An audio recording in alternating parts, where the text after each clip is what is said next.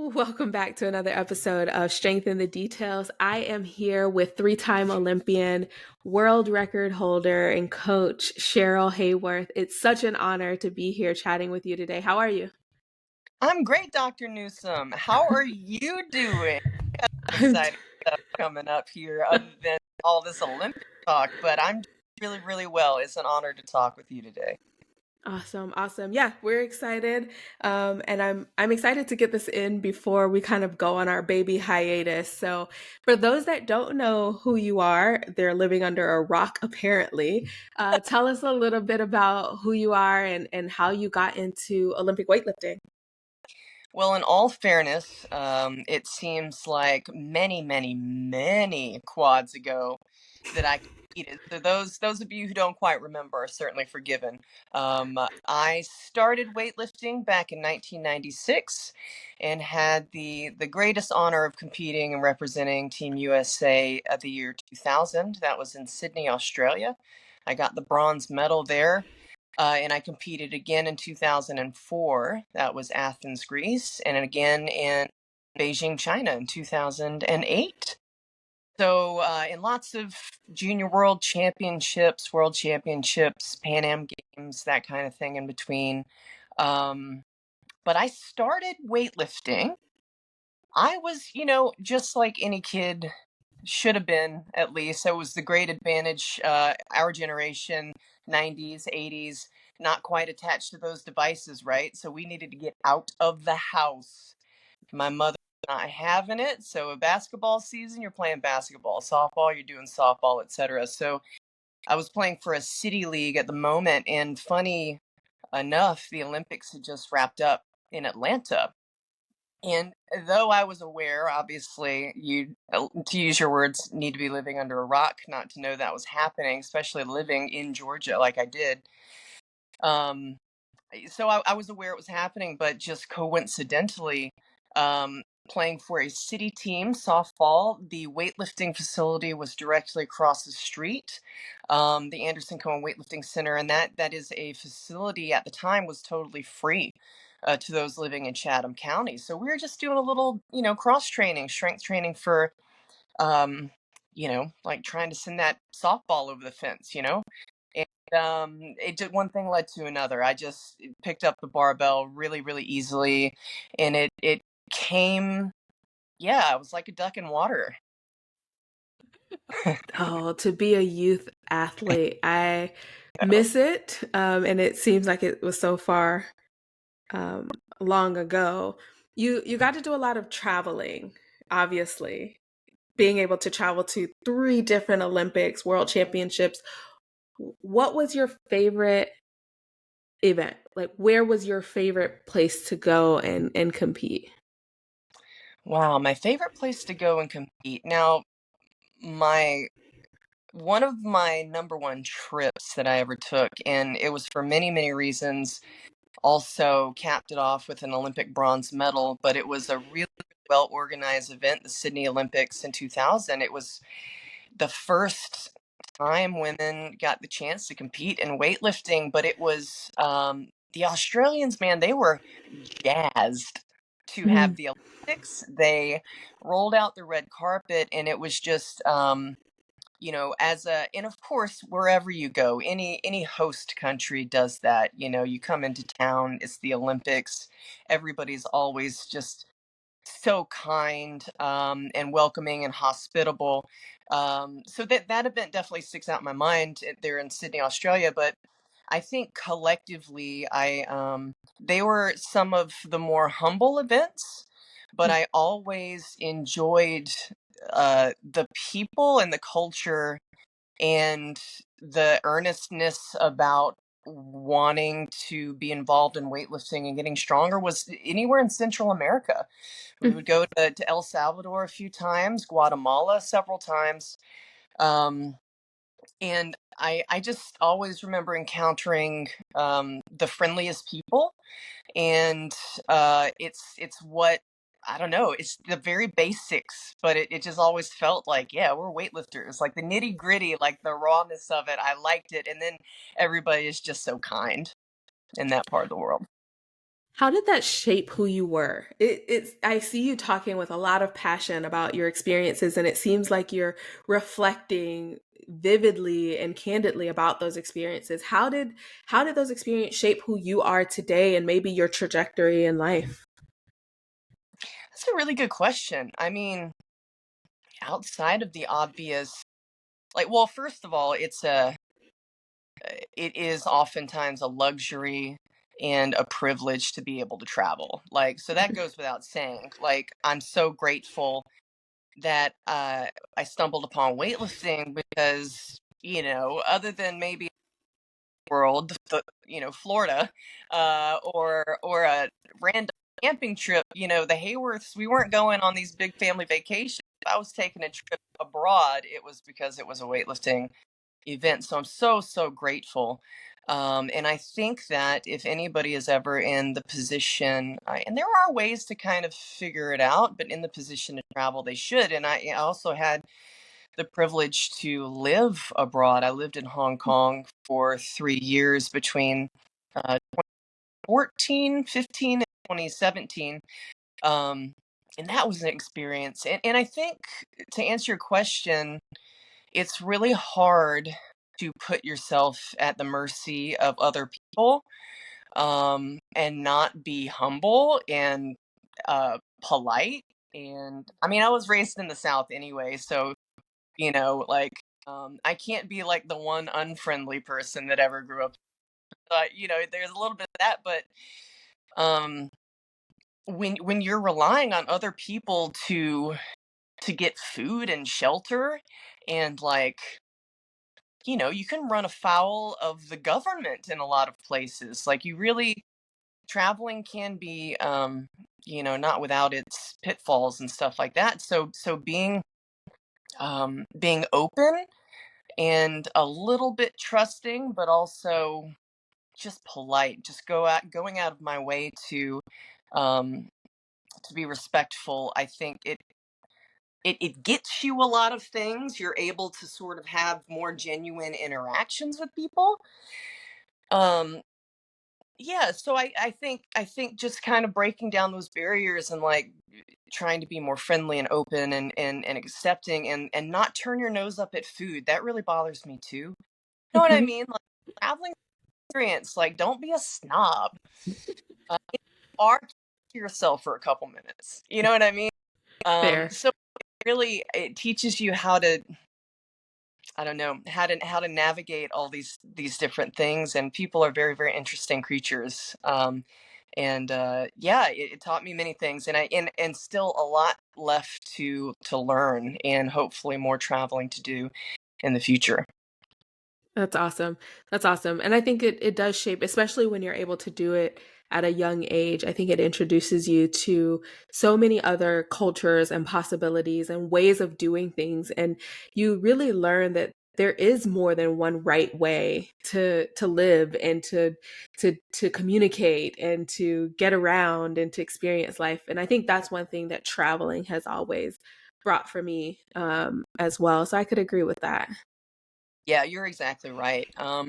Really easy to not even realize the some of the inefficiencies in one's own life. You travel somewhere else, you're like, wow, why don't we have this appliance in the US? This is so handy, and save Yeah. so much space. There are a lot of really amazing thoughts and creations, and yeah, people are interesting, and they're coming up with stuff all the time, and it's fun to go around and experience it.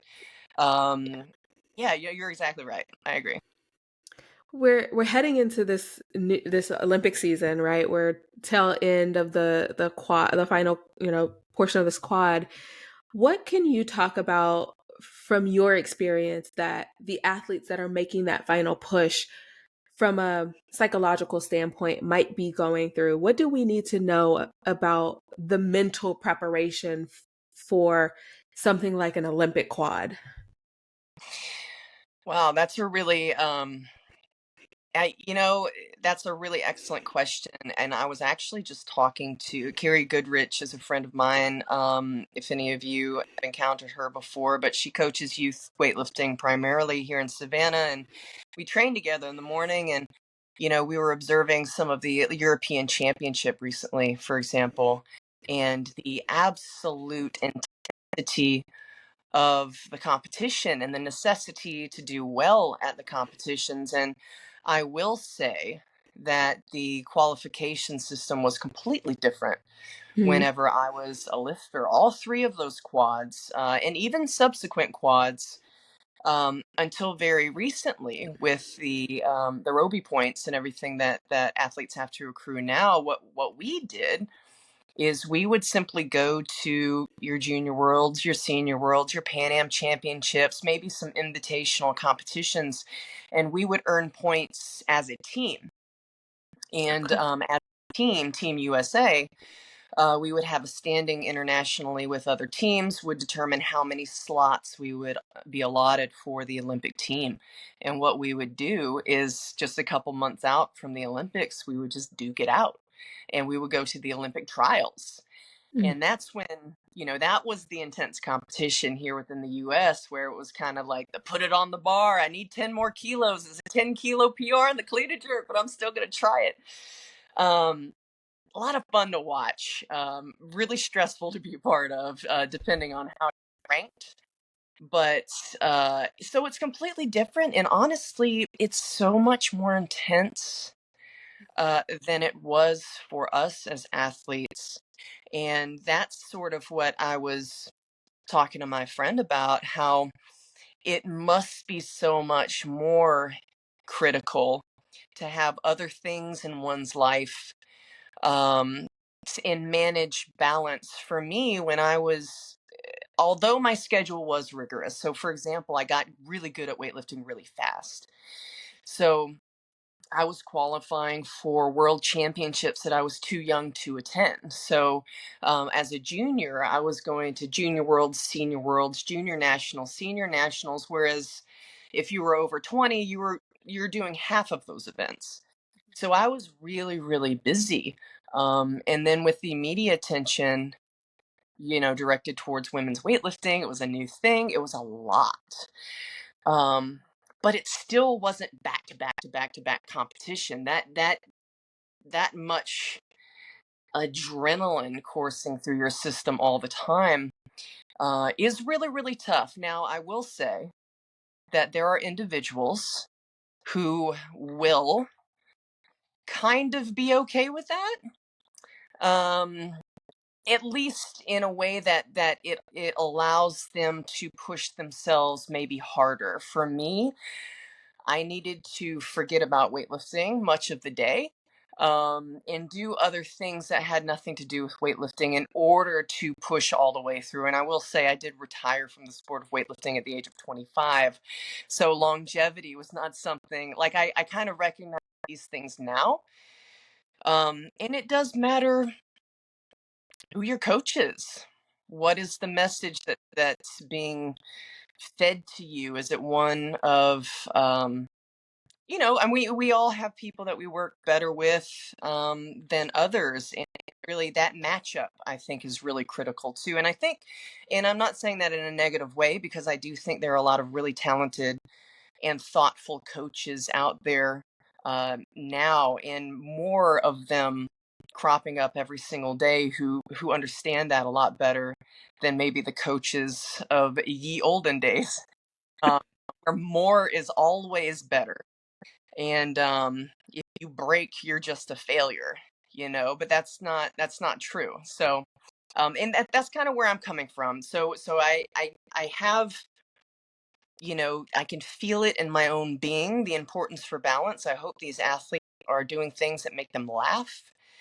I hope that, they're really looking out and taking advantage of the things like you provide, and just literally just being able to have somebody to talk to, um, if they're feeling completely overwhelmed, which they will be a lot. I remember for my last Olympics, up until the day I competed, like, panic attacks are real. You know what I mean? Depending on the circumstances, if you're feeling unprepared or what have you, it can all snowball really, really quickly. So the maintenance of that up until this point and from this point to the Olympics is going to be, because it is stressful. You're not going to be able to avoid it. Um, that's part of what's going to make you an Olympian is your resiliency to the process. And at the end of the day, every other weightlifter on the planet is going through it right now too. Right, right. So, Uh, and it's interesting because we have our keyboard warriors who will watch an event. So I also spent last week watching the European Championships, and I watch way more weightlifting now than I think I ever did in the past. But it's interesting to you see athletes having to make tough decisions or make certain decisions about you know openers or attempts or pulling out of the competition or snatching it or not or whatever.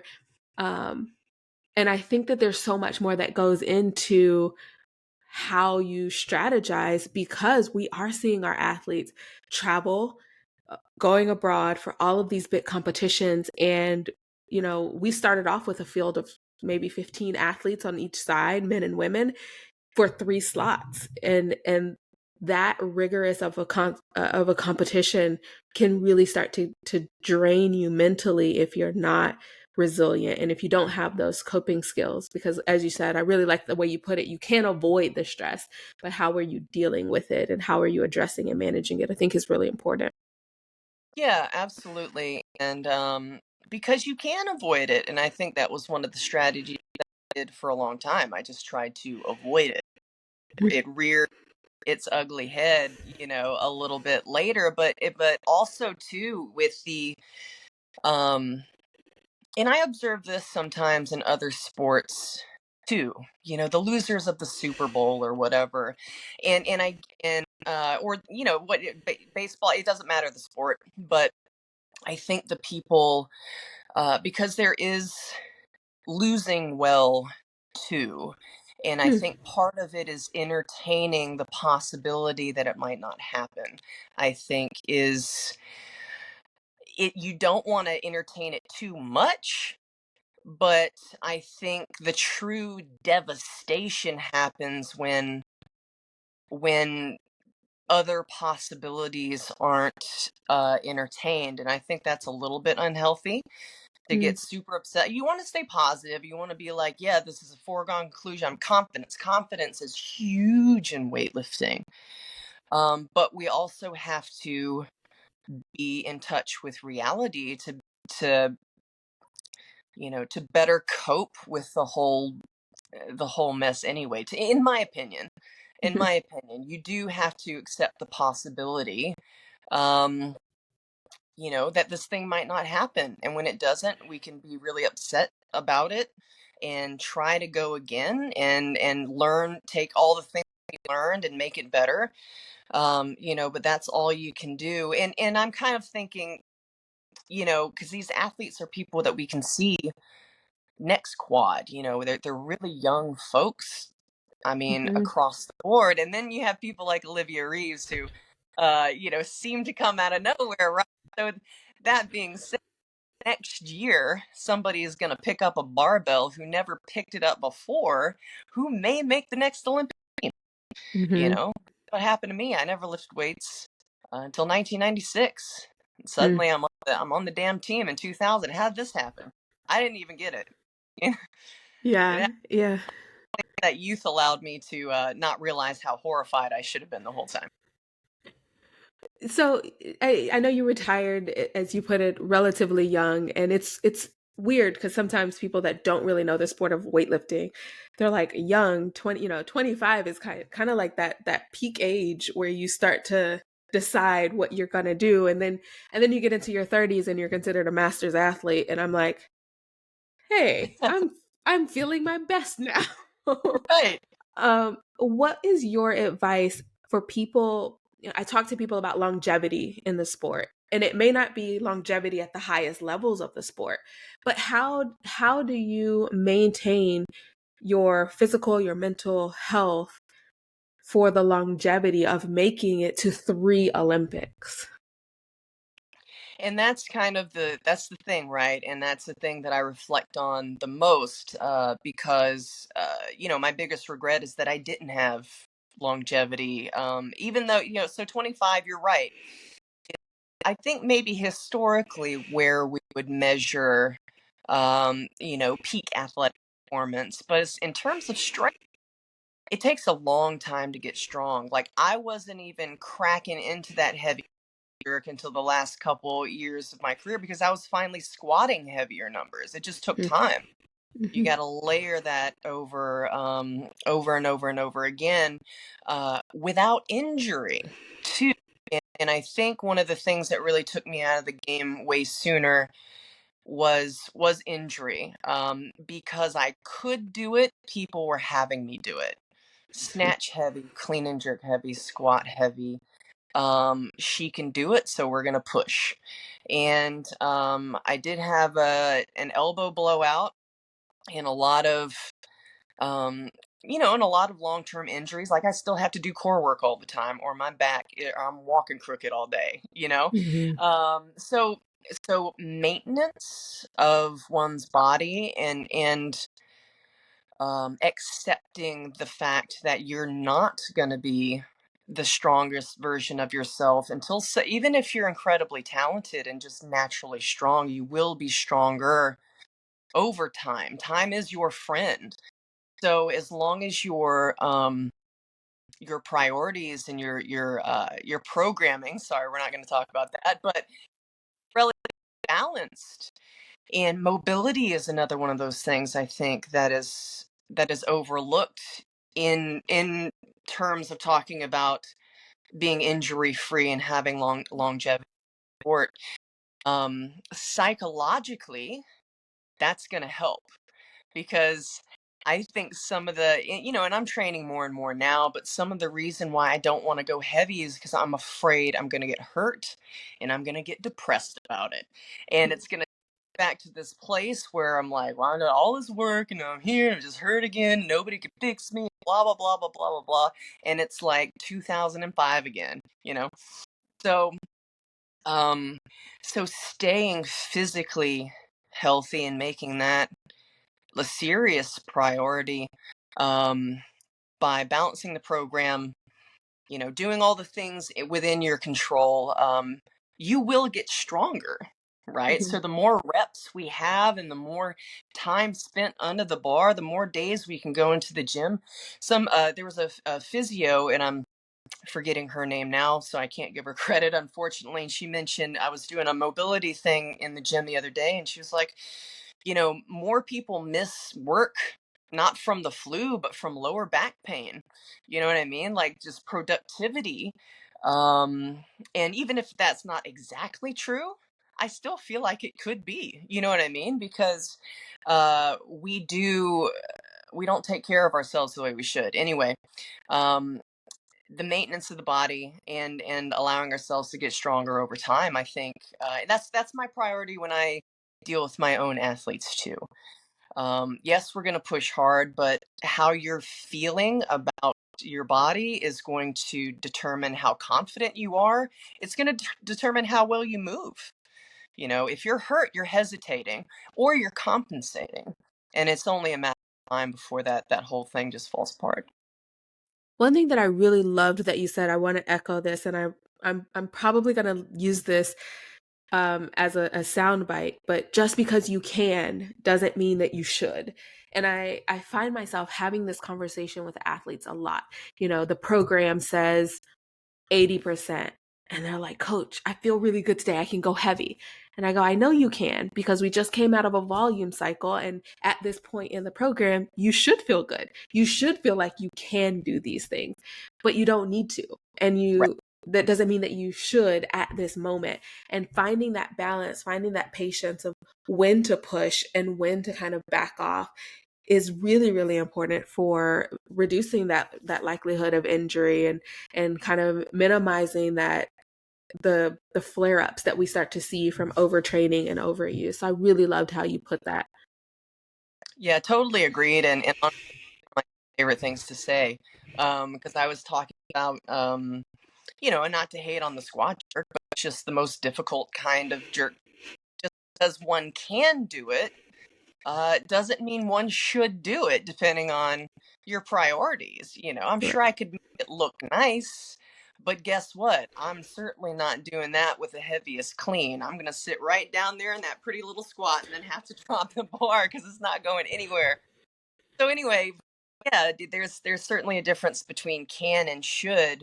And I think, what is that? A famous Jeff Goldblum says as much on Jurassic Park too. He's like, well, we didn't really stop to think if we should. Same idea, and it's important sort of philosophical question for almost any scenario, but it definitely applies to weightlifting and managing volume in those ways. So yeah, and that was another thing too. So um, I know now about those accommodations, and my contemporaries at the time were much smaller than me and training more often than me, and I just felt like I couldn't do it. But really, I'm a super heavyweight, and I shouldn't do as much volume as everybody else. I shouldn't though. I know this Y- now. So you have transitioned into coaching, and obviously that your experience as an athlete comes with a wealth of experience that you can share with your athletes. How would you describe your coaching philosophy? Like, how do you approach coaching, let's say, a beginner athlete? Beginner athlete. So it's definitely important. I think form is the most critical thing for me. So when I'm starting with an athlete, I need to make certain that they're moving well. I think one of the hardest sells for a beginner athlete is to convince them that they don't need percentages and stuff. Like, you don't need like all these really specific percentages to be successful. I mean, even for a couple years, because depending on the person, right, depending on your gym age and what some of the other things that you've done, but if you're a youth, um we're not even going to know what those numbers are for a really long time. So drilling the movement, understanding all the goals, what we're trying to do, and really de-emphasizing those sorts of things, because people really can get caught up in the numbers, like we were kind of touching on earlier, and focusing too heavily on that sort of thing. It can be a distraction. um, yeah, so I think that really is my number one advice, is really really understand what your body's trying to do, understand the movement, um, understand your own, mechanical limitations as well. It's definitely a priority. I often get this question for beginner and I would say beginner to intermediate level athletes. Coach, when do I know I'm ready to progress on? When do I know that I'm, ready to move to more advanced type of movements? How do you make that decision as a coach? I think proficiency, and it is one of those things that it fluctuates from person to person. Some people pick up on certain movements, and I think proficiency with how stable they are in certain positions. How often can we rely on them to execute a movement without um, X amount of instruction? How well are they recovering? You know what I mean? How well are they recovering? And also, I will go ahead and say that the basics of weightlifting never go away, no matter who you are. Hmm. Um, so progressing in weightlifting, uh, it really depends on what we're talking about. Because those basic movements still never go away. So how advanced is advanced? Do you know what I mean? Does that make sense? Yeah.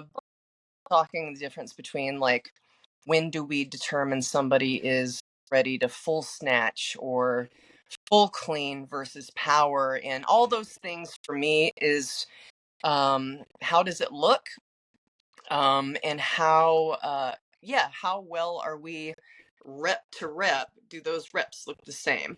If we have tons and tons of variation over 3 reps or sets or whatever, and that comes with experience from a coach's perspective, it's really hard to quantify that sort of thing. So the more Mhm. experience one has, you'll know whether or not you should A, add weight to the bar, or B, do something more complicated. But going rep to rep to rep and having them all look the same really is paramount. And that's something that I'm looking for before we graduate to anything that's more complicated, really. I love that. We will graduate once you have achieved consistency.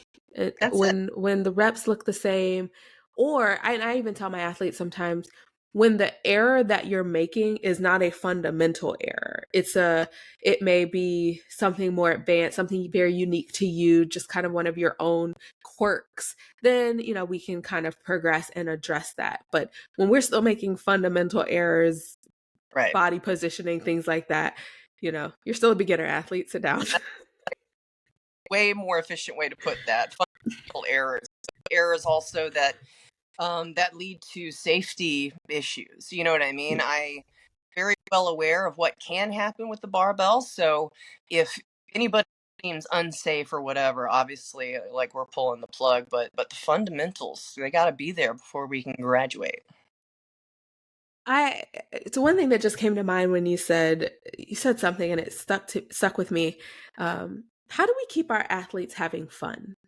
I've noticed that with the highlight reels of social media, everyone can show you the perfect training program, the perfect training cycle, and we see all of these high level athletes, Team USA, and then I feel that sometimes takes away just having fun moving a barbell. How do we keep our athletes just excited about the Yeah, and that's a really important sort of cultural question because we live in a weightlifting culture. That's we spend a lot of time doing this, and it is a community of people. And the times that I lifted the best were the times that I was the happiest and really sort of grounded in those very basic ways. And personally, as a coach, I do audibly and via text give those people or give my athletes those reminders to have fun, you know what I mean, like, and try to put a smile on their faces, especially in competition scenarios, sort of, um there you can't be too lackadaisical, of course, but they're an effervescence or a, like, we are here to have a good time, and I think as individuals we can take a little bit of that on to not be so intense in even coaches, Mhm, athletes too. Um, and I found in the warm up room, honestly, whenever I was the most relaxed and not joking around, but like relaxed, maybe, laugh about one thing or another, it does get into your competitor's head because they wonder why you're so relaxed. It's kind of like, especially in a high, like intense situation, mhm. and your competitor comes in like super chilled out, it'll stress you out. Um, so so there's like kind of like maintaining that attitude, and that it's part of having confidence and sort of trying to enjoy what is happening, and you can be intense in short little bursts in those moments. So it is, a good thing to remind your athletes to do, and as a coach it's a good thing to remind yourself to do as well. And I think if we all kind of just give ourselves those gentle reminders, um, we will have better results too at the end of the Yeah, day. yeah. I find myself having to remind my youth and junior athletes, but also some of my senior athletes who, kind of they love weightlifting, right? We all love weightlifting and we all want to do our best and we want to win a medal. We want to win the competition. And so it's really hard to like juxtapose, say like, hey, you should relax a little bit when we're all here to to win, to do our best. No one comes in the competition saying, "Hey, I'd love to go in last place," you know? Yeah, So I like don't care. I don't care what happens. Although I do have some athletes who are like, "Hey, I'm just here to go 6 for 6 today. I want to move some heavy weight and like it'll be great." But you know, I do feel that sometimes I'm finding myself talking athletes back that, you know, they miss a lift and it's like the world ends. And I'm like, it's weightlifting, it's training, it's practice. It's Yeah. okay. It's not the end of the world. That kind of gets back to that idea that I was trying to sort of explain about entertaining the possibility that, it's kind of mentally not putting all your eggs in one basket, right? Like to your point, it is not to the end of the world if you miss a lift. As a matter of fact, it's what's going to happen if you're truly testing yourself. So, and once you accept those facts, then you can kind of be in the moment a little bit better, or it feels a little bit better to be in the moment, and that's the way I think of it. Yeah. So I've watched and listened to the weightlifting podcast, and I think you're phenomenal on there. One of the things that I've heard as a theme consistently over the years is this idea of accessibility and inclusivity in our sport. Why is that so important to you that we improve the inclusivity? What does that even mean in the context of weightlifting for you? Well, for me, it's first of all, you can't call yourself the strongest unless you're competing with everybody. First of all, Okay. you know what I Okay. mean? Like let's all get in the gym. Let's duke it out. So and I always found the gym that I grew up in and all the other gyms that I've been ever associated with have always been full of very eclectic people. I never felt like the gym was for single white males. That's not, now there were a lot of them there. Um, but also a lot of folks in the LGBTQ community before it was called that. And international, national weightlifting competitions are just full of interesting people. It's an Hmm. individual sport, you know what I mean?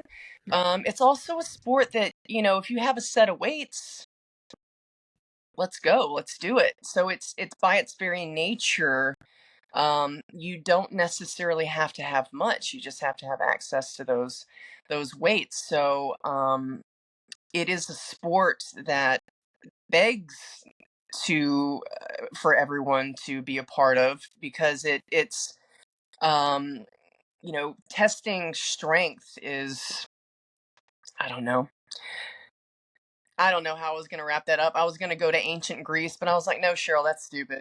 But it's simply something that we've always done and will always do, and I, maybe some of it has to do with being a big girl and being very conspicuous a lot of places and wanting to feel included in a lot of ways. So there's some of that there as well, but um, also I've just never been a part of a gym community that went out of its way to exclude people, because that's always one of the things that made weightlifting the most interesting to me, and maybe ties into all the traveling and doing all those things relatively young.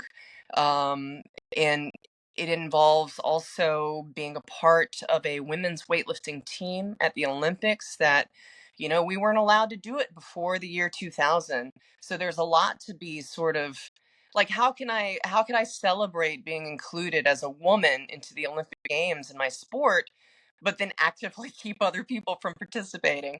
It just seems absurd.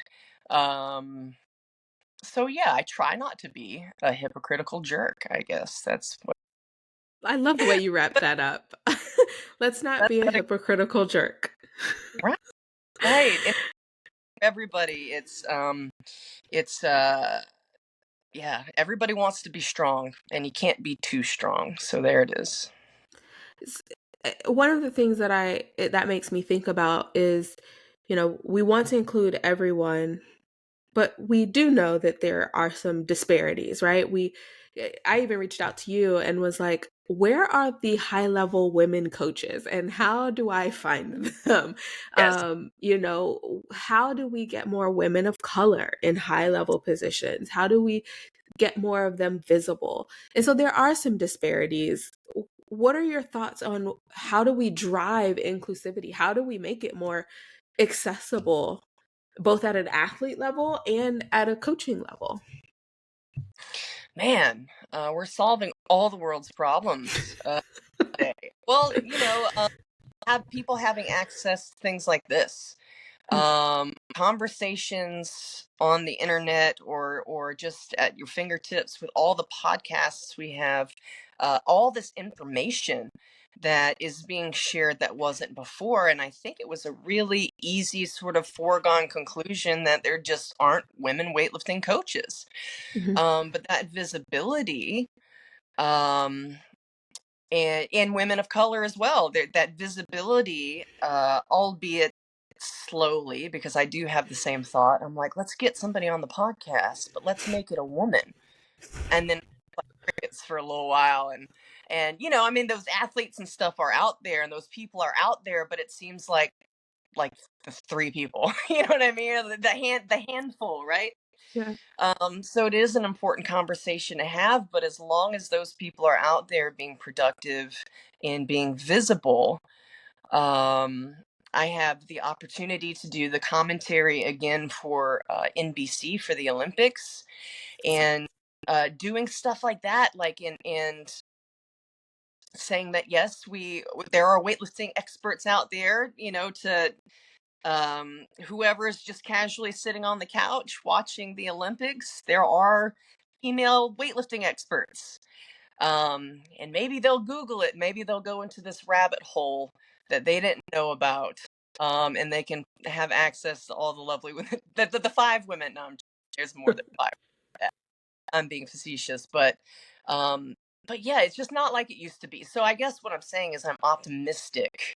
Mm. In weightlifting education too, I think USAW does a fairly decent job with educating its coaches, and I teach the level 1 and 2 courses, and really getting out there and leading those classes and connecting with those women, because there are a lot of them that do turn up to those classes, Mm-hmm. people from all sorts of backgrounds. So I'm optimistic for those reasons. I find myself instructing and interacting with a lot of female clientele, and folks who are in strength and conditioning who just want to get better at Olympic weightlifting and just all sorts of backgrounds. And it's really refreshing. And it certainly wasn't like that just even a handful of years ago. And I think we're headed in a positive direction. We just have to keep up the momentum. We have to keep up the momentum. My last question about that is, who is responsible for championing inclusivity? Whose job is it anyway? It makes me think of, what was the show? Whose line is it anyway? Oh Whose yeah, the job? improv. I think I just aged myself a little bit, but like, whose job is it anyway? It's so, in short, it's everybody. But sometimes I think I was explaining to somebody the other day, and we're talking about politics and blah blah blah. I'm like, you know what? Like, I'm like an old lesbian. I'm supposed to be mad about this issue.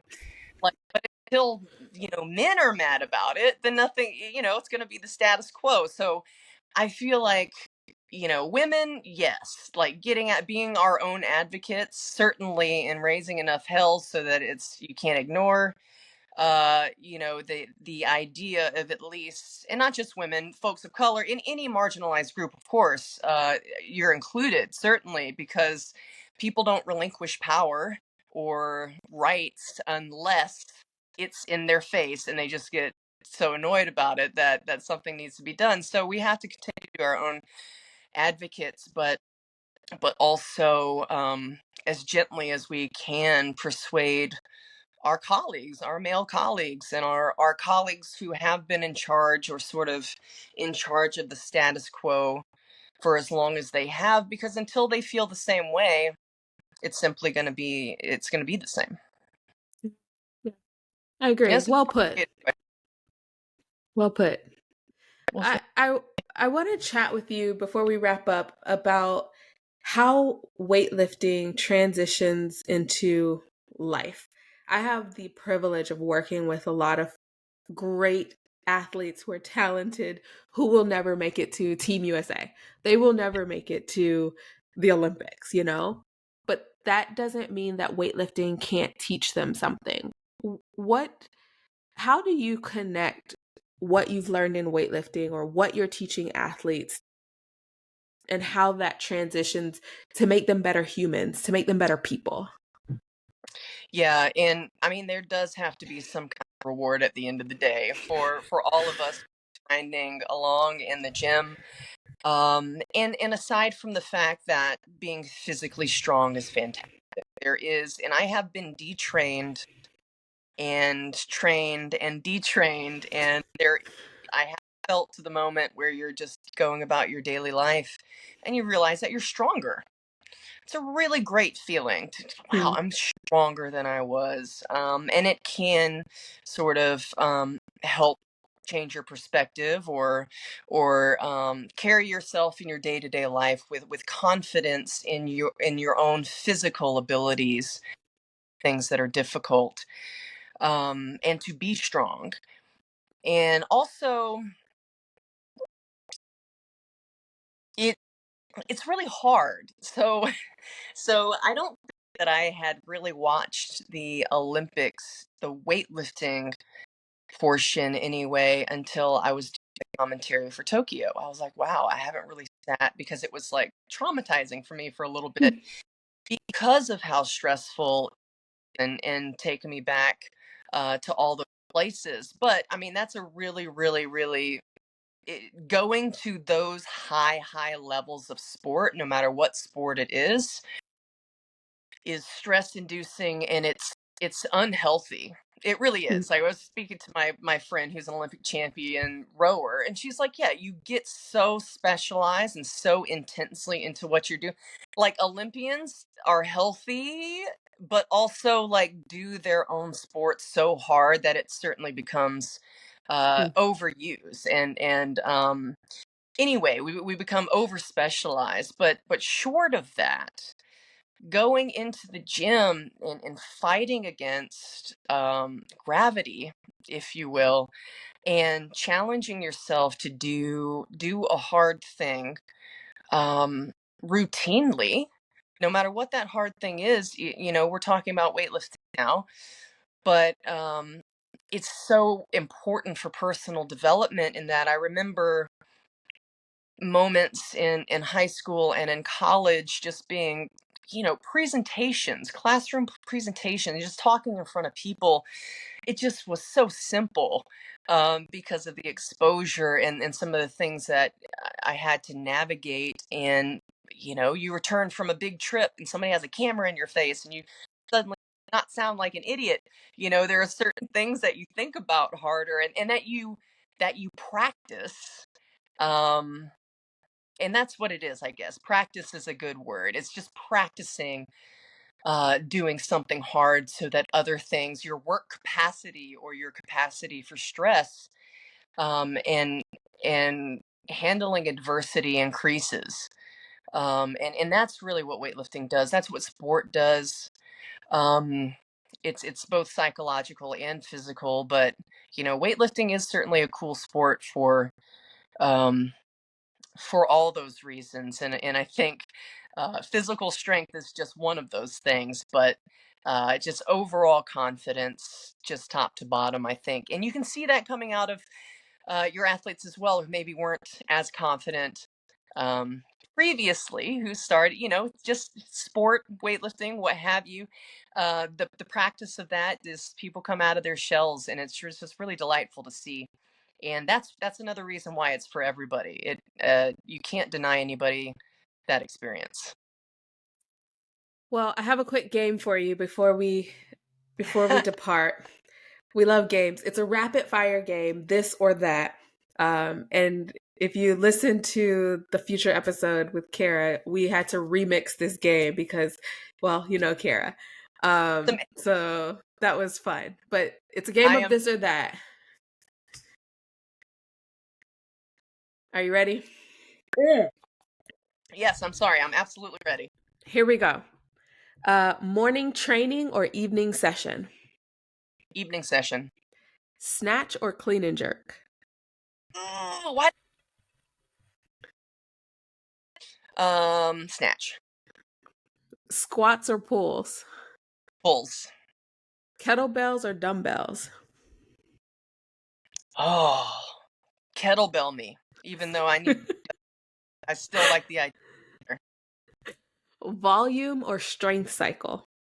Ooh, give me some of those heavy singles, please. Lyrics or instrumentals during training? Lyrics. I want to sing like it's 1999. Okay, lovely. Local meet or international comp? International comp just for the food. Fair. Nike Romaleos or Adipowers? Adidas, because that was literally the only shoe that was given to us if we made a team. So there you have it. No, no hate on the Nikes. I know they're really, really special to a lot of people, but I gotta. All right, beach or mountains? Beach. Beaches are flatter. Well, I'm in Florida, so you're welcome to come down and enjoy all the beaches if you'd like. We have plenty of them here. Well, thank you Okay. so much for playing. I really appreciate that. Before I let you go, this podcast is all about going beyond the reps and getting to the strength in the details. What is your one detail? What is your one takeaway that you want listeners to gain from this episode? Oh my gosh, the one takeaway. Oh, you know what? Patience. Let's do patience. Weightlifting is a long game. Don't get caught up in the numbers. Don't get caught up in what somebody else's Instagram thinks you should be clean and jerking, because if you're in the game for the long haul, you will be the strongest version of yourself ultimately. You just got to hang in there and let time do its thing. Thank you so much, Cheryl, for being on the podcast. This was great. I can't wait to share this episode. Oh, I can't wait to listen to it. And I'm going to follow up and listen to our good friend Arrowhead Slaughter too and laugh about it. So much for having me. It was an Absolutely.